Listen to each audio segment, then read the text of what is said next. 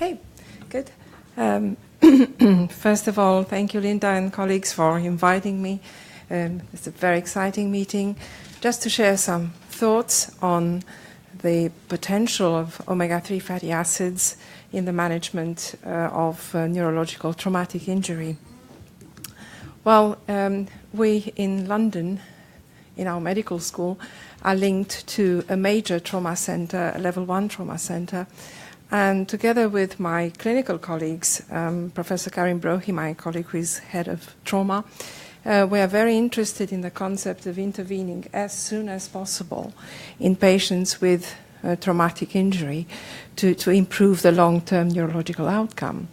So for today, I'm going to talk only about traumatic brain injury, but of course we are very interested in spinal cord injury and peripheral injury and all the various other forms of traumatic injury that affect the nervous system. So as you can see from these various aspects of how traumatic brain injury presents, it occurs in the civilian world and it occurs in the military world, in combat, and it is fundamentally an injury of young people. But now we see trends which indicate that more elderly people are affected by this type of injury, and of course it occurs in the context of sports. The impact of traumatic brain injury is tremendous in terms of costs and people affected by it. It is an injury which is often caused by falls or road traffic accidents. And there are the immediate consequences of injury, and there are the long-term consequences of injury. And it is important to note that having suffered a traumatic brain injury, the annual mortality of the individual affected remains increased up to 7-fold for more than 10 years after injury. So this is an injury which is one of the toughest problems to solve in medicine, in modern medicine.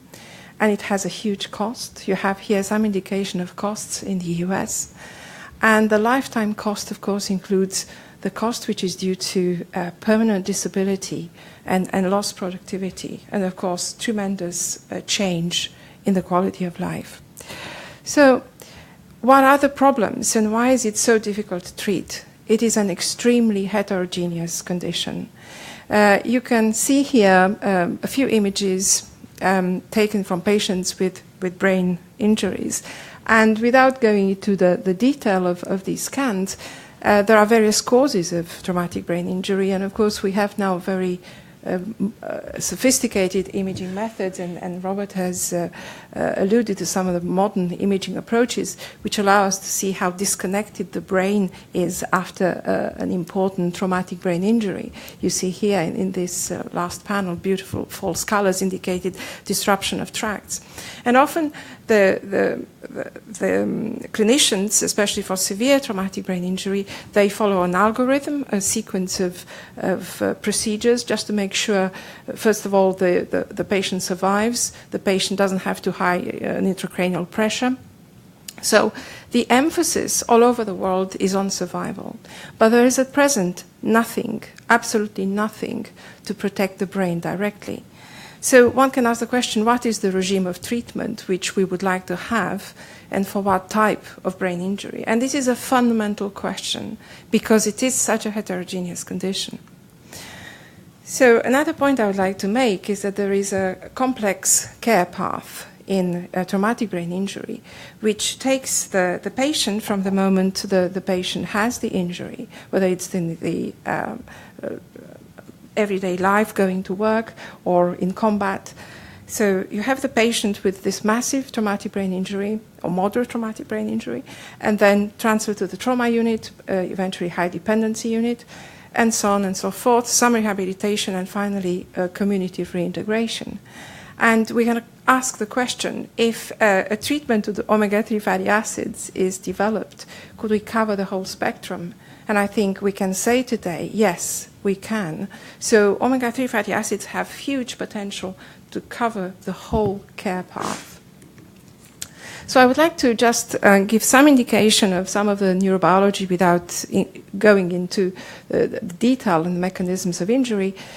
Traumatic brain injury, in a similar way to spinal cord injury or stroke, triggers a sequence of events which are interlinked, and they involve neuroinflammation, oxidation, collapse of the mitochondria, which produce energy in cells. And not only neurons, these exquisite cells which have very long axons, but also non-neuronal cells are affected and die. And when it comes to neurons and axons, we have a disruption of the cytoskeleton, the superb architecture of these cells. And this is triggered by the traumatic forces. So we can target all this in the hours following injury, but TBI is a chronic condition. And some people are talking now about the tertiary phase, so the phase which occurs months, years after injury. And we know, for example, if you look at some of these pictures again, showing a persistent neuroinflammation in the brain. I don't know if you see well the contrast. These are false color-coded images showing an inflammation signal in the brain which persists for years after injury. So the patient is apparently much better, but there is this tremendous signal which indicates something is not quite right. And last but not least, in this tertiary injury phase, we also have the increased risk of developing dementia, neurodegenerative disease. So this is now well established that traumatic brain injury is a very important risk factor for developing not only Alzheimer's disease, but also frontotemporal dementia and various other forms of neurodegeneration. And if you look at the brain, classical histopathology, if you look at the brain of individuals having either one injury or repeated injuries, you see the hallmark signs of dementia. A few years after injury, if you do post-mortem classical histology, you see this. So this is a very sobering thought. So worldwide, what are the priorities for traumatic brain injury research? To protect the patients in the hyperacute or acute phase, to develop biomarkers which tell you that an intervention is efficacious, because often you may end up drawing the wrong conclusion. And also there is a lot of emphasis on how to repair the brain after injury and to prevent long-term complications. So from the perspective of drug discovery and development, we know that in order to develop an effective treatment, you need to follow this very complex process, which is very costly and which takes time. And it's very important not to go too fast, because the risk of then failing when translating to patients is high. So I would like to say a few words about DHA. DHA, in my view, is still the strongest contender to exert very strong neuroprotective effects in traumatic brain injury. And this is for a variety of causes why it is a unique compound, and I will not have time or not much scope in this short presentation to discuss it, but of course we know it is structural, so we have already had an image of phospholipids, these beautiful components of membranes, but DHA is released, can activate complex signaling pathways, and also can be metabolized in a variety of ways to produce metabolites which are themselves active. Very complex drug. DHA is a very complex drug. And over the last 10 years or so, we've had a multitude of data from a variety of groups and variety of traumatic injury models, without going into details, showing both that animals with injuries fare much better in a variety of tests. You can submit the animals to assess their sensory motor outcome after injury or cognition. And also the tissue looks much better when you look at the state of the tissue. So this indicates protection. So it's almost too good to be true. So one could ask critically, why haven't we moved faster? Why shouldn't we be already in the traumatic brain injury clinic with omega-3 fatty acids such as DHA? And I think one needs to move carefully when it comes to translation. Although the potential of this compound is tremendous, we need to bear in mind sobering examples. Progesterone, for example, is like DHA,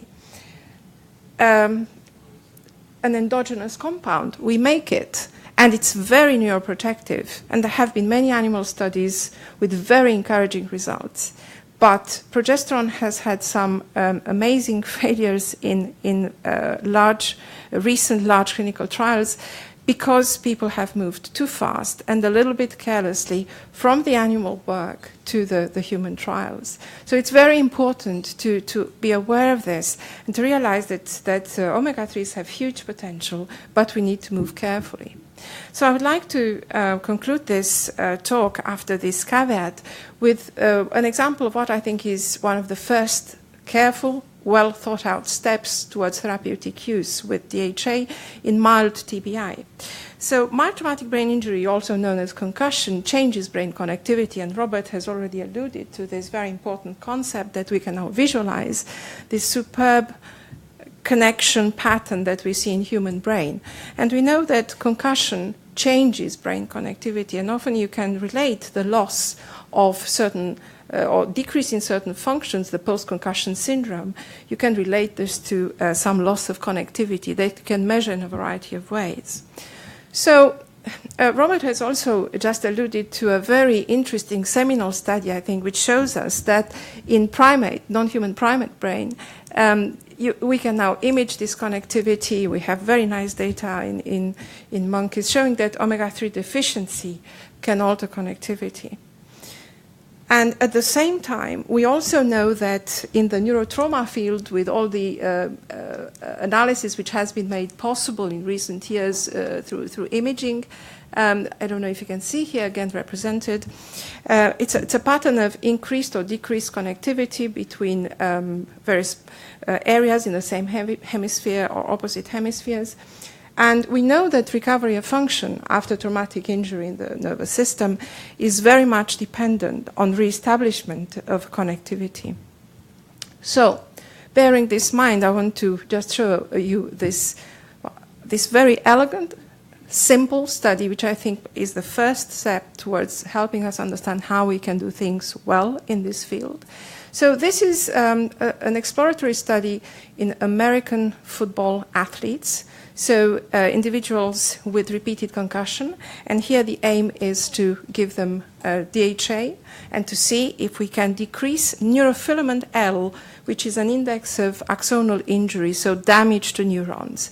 And what we know is that these athletes during the season have an increase in neurofilament levels, which is quite significant. I think this is a little bit low. It's a little bit low. But so we see a trend in increase in neurofilament L. And if you supplement these athletes with 2, 4, or 6 grams a day, what we see is a very clear decrease in neurofilament L. So this is a very important observation.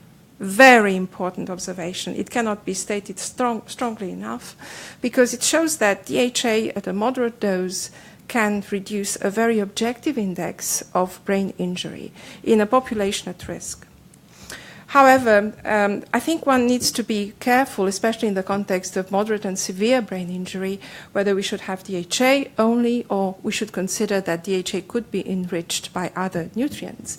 For example, in the context of traumatic brain injury, we know that there is a persistent decrease in phospholipid levels, in various classes of phospholipid levels, both in plasma and in the brain. And this has been seen in mice and in humans. And of course, DHA is important to make phospholipids, but it's not the only substrate. So there are other important substrates such as uridine and choline. And work done at MIT under Richard Voetman for many years showed that in order to compensate for structural deficits, it's very likely that a combination of these substrates which form phospholipids would be even better. So you can follow here the biosynthetic pathway which makes phospholipids.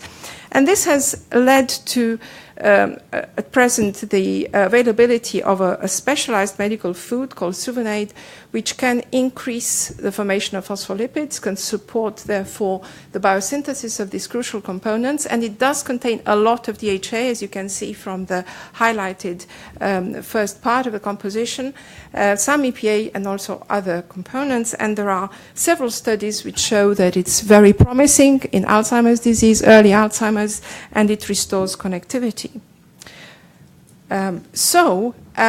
bearing in mind what I said earlier, that TBI is one of the strongest risk factors in dementia, it is very promising to think that we may be able to explore very soon this type of DHA plus preparation in traumatic brain injury. And there was a very recent release of interesting study with this product, 2 years of supplementation in Alzheimer's disease. And we have just published a study in a model of severe injury in animals, which clearly shows potential. So I would like to conclude and to say a few words about what I think is the future for DHA. I think TBI, to start with, traumatic brain injury, is now a condition which is much more recognized as a condition with a huge public health impact, where we need to spend much more time understanding the heterogeneity and how we can help the patients from admission to the neurorehabilitation phase and beyond. There have been also amazing, significant advances in our understanding of omega-3 fatty acids, and we learn new things every day.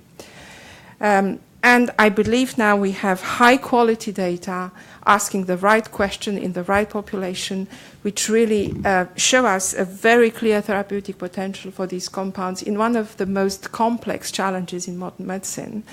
And I think that there is a very promising future we can look forward to with omega-3 fatty acids in this devastating condition, which is traumatic brain injury. And this is another facet of these amazing compounds. So I would like to thank you for your attention and leave you with an image of my group and my collaborators. Thank you very much.